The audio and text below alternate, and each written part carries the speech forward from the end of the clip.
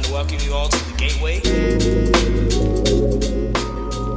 The Gateway is a video podcast directed and hosted by staff members of Somerset Community College's student newspaper, The Bridge.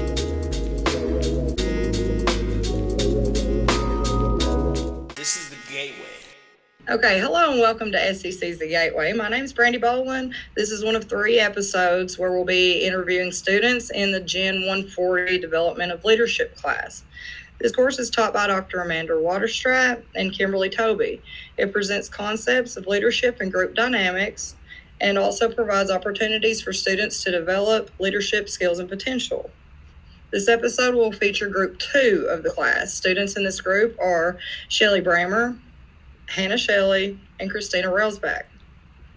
For the topic of this discussion, we will be shadowing a leader.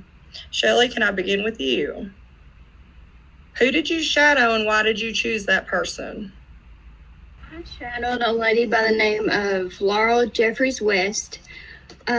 She is a retired teacher of 23 years, and she also is a current member of the Williamsburg, Kentucky City Council. I chose her because she inspires me in many, many ways. And her backstory is also similar to mine too in certain ways. She's always been amazing and understanding, and she'll give me constructive criticism when I need it. And she also doesn't sugarcoat anything. So she tells me exactly the way things are. And I appreciate that a lot from her. Could you elaborate on those qualities you said that you share with her and the backgrounds that you share with her? Because that's probably what kind of drew you to choose her in the first place. When she's working with city council, she has to deal with a lot of people, and a lot of people are not very nice sometimes, because when I went to shadow her, I actually seen that. And she actually suffers from social anxiety, and I do too, and I get real nervous even if somebody's not even looking at me.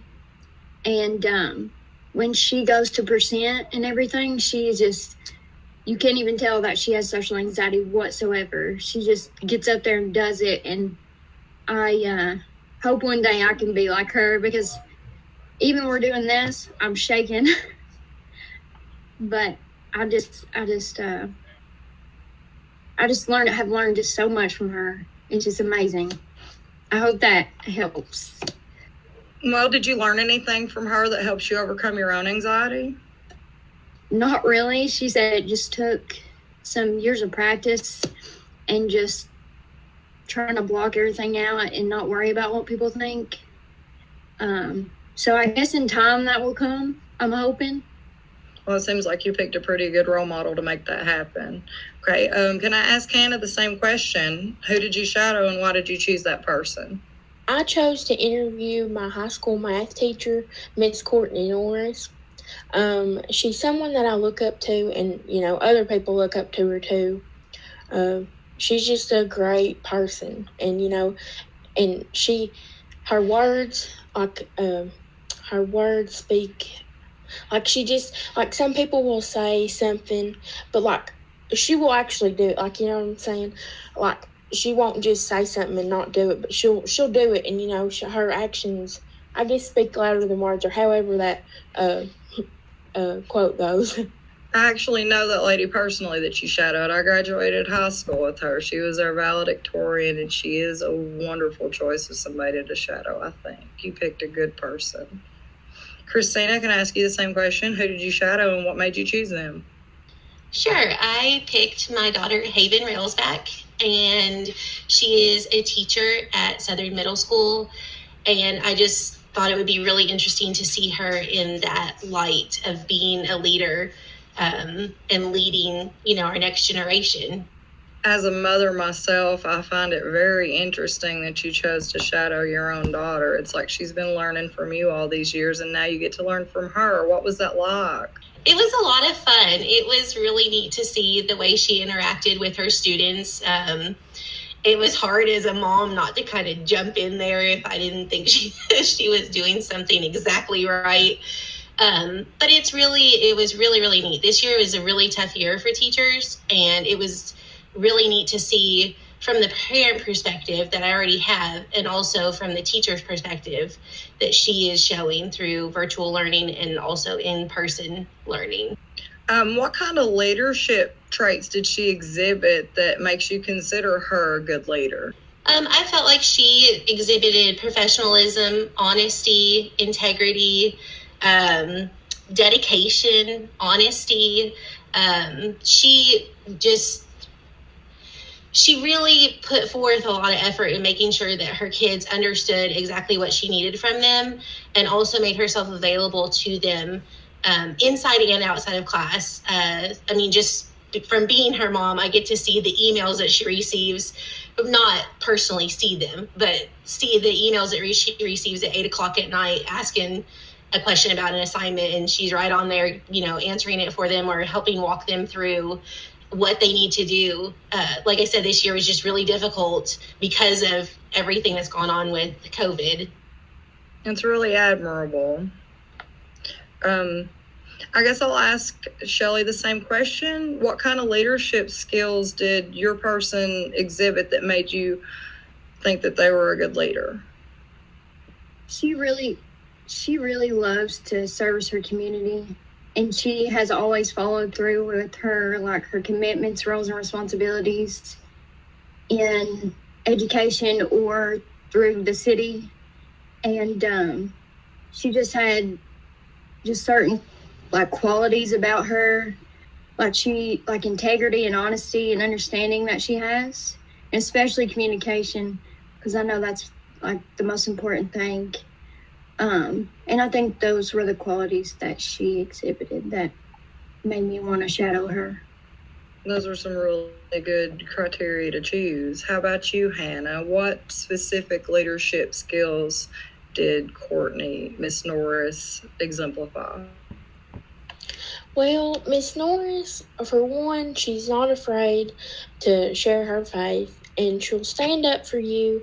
And like Christina was saying about her daughter, she'll go above and beyond for her students, no matter what it is. If it's something in school or if it's a family ordeal, she won't be afraid to talk to you about whatever. And she's just always welcoming.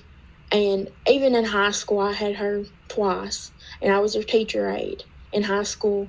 And she calls all her students her kids. They're not actually her kids, but and she's so young, but she's just so welcoming, and she just has such a sweet heart. And in her community, she helps out at her grandparents' store whenever she can, whenever she's not busy. And she always has, you can tell whenever she's smiling behind her mask. She always has a smile on her face, and she's just so positive. I love that. And I love how all three of you have talked about the communication skills. That seems to be just the biggest part of leadership to me. Just as an outsider, I haven't taken this course at all, but that seems like the staple of all of it is just good, clear communication. What did you learn during your interview process when she answered your questions? Is there anything you wish you would have asked that you didn't get to? Well, I asked Miss Norris if she faced any conflicts, or she did whenever she was deciding her pathway. But I learned that some of her loved ones didn't really accept the fact that she wanted to become a teacher. But in the end, she didn't change her mind about becoming a teacher, and she became a successful one, and she overcame those conflicts. Personally, I'm just a little curious about why she caught heckling from her family over this. Is it because they expected her to get a bigger degree or a fancier job? Because teaching's a very admirable position. That's what I'm going into. She just talked about, she didn't really go into depth about it, but she said that there's people that think that teachers are just the last people dog them down or whatever, talk that's the worst thing you could be. And they're crazy because look at teachers, they're superheroes, honestly. Same question to you, Christina. What did you learn during your interview process while you were questioning your leader? And is there anything you wish you'd asked them that you didn't get to? I agree with what Hannah said also, but I thought it was really interesting. One of the questions that I asked her was, why did you choose to go into this? And she answered and said, because I want to be a role model for girls growing up. I want them to see that women can be strong and good leaders, and it's an admirable profession to go into. And I know, like most people, myself included, I can look back at a teacher and be like, oh man, I remember such and such teacher, and she was so amazing, and this is what she taught me. And teachers just really have such a lasting impact on a person's life. And a good teacher can impact so many people. I agree wholeheartedly with that. I've had so many that have affected my lives in so many different ways. Each of you mentioned positivity as a great trait of these people. How important is positivity to leadership? I think positivity is super important. I mean, just myself personally in the workplace. I mean, when you're working with someone that has a good attitude and is positive about things, about changes and differences that you have to adapt to, it works so much better with someone having a positive attitude than someone coming in with the attitude of, well, this just isn't going to work, and I don't know why we have to switch this. And I mean, kids need to learn that as you grow up, that's just part of it. You constantly are going to have changes in your work environment that you need to be able to be adaptive to and have a positive outlook on it. It gets you a lot further, a lot faster. It really does. Shelley, how about you? Why do you think positivity is crucial to good leadership skills? I agree with Christina. Being able to work with somebody positive is, a whole lot easier than working with somebody that's not. You want to have somebody that's positive as a role model as somebody negative.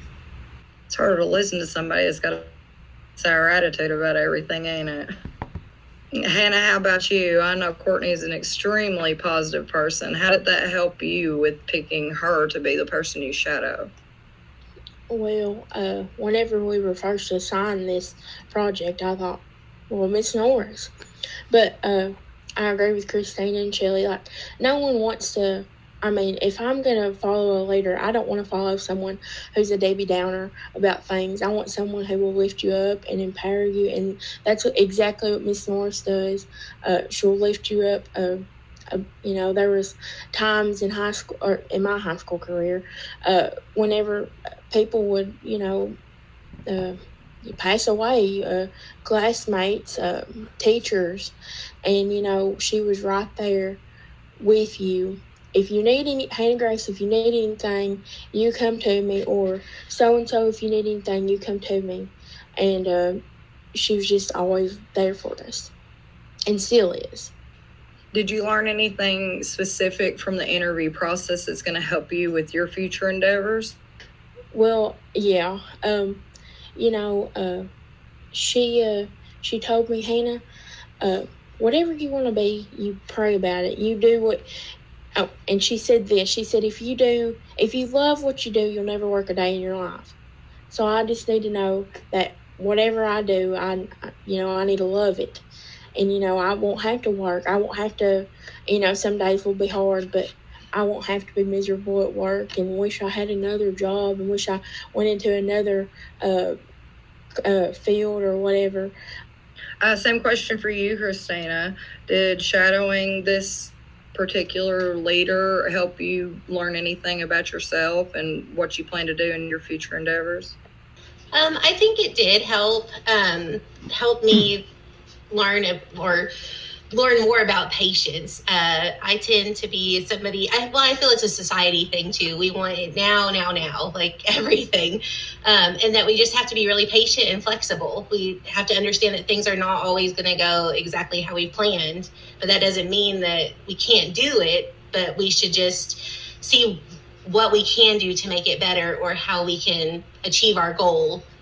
And Shelley, how about for you? Shadowing this leader, how did it influence your perspective on leadership and how you're going to tackle the rest of your college career and career choice? Basically, she just told me that in any field, whether it be teaching or nursing, it's always about the love for the people. And because I had asked her, what made her want to do education, and she told me that she just loves children and she loves helping them. And I want to go to nursing because I really genuinely care about people, and I want what's best for them. Thank you for y'all's time. I love your answers. I want to thank y'all for being here with us today. I encourage everybody watching to watch the rest of the podcast, the other two, Development of Leadership class discussions, and thank you all. For more information on SCC's student newspaper, The Bridge, or the Gateway Video Podcast, email us at sccthebridge@yahoo.com or contact one of the course advisors.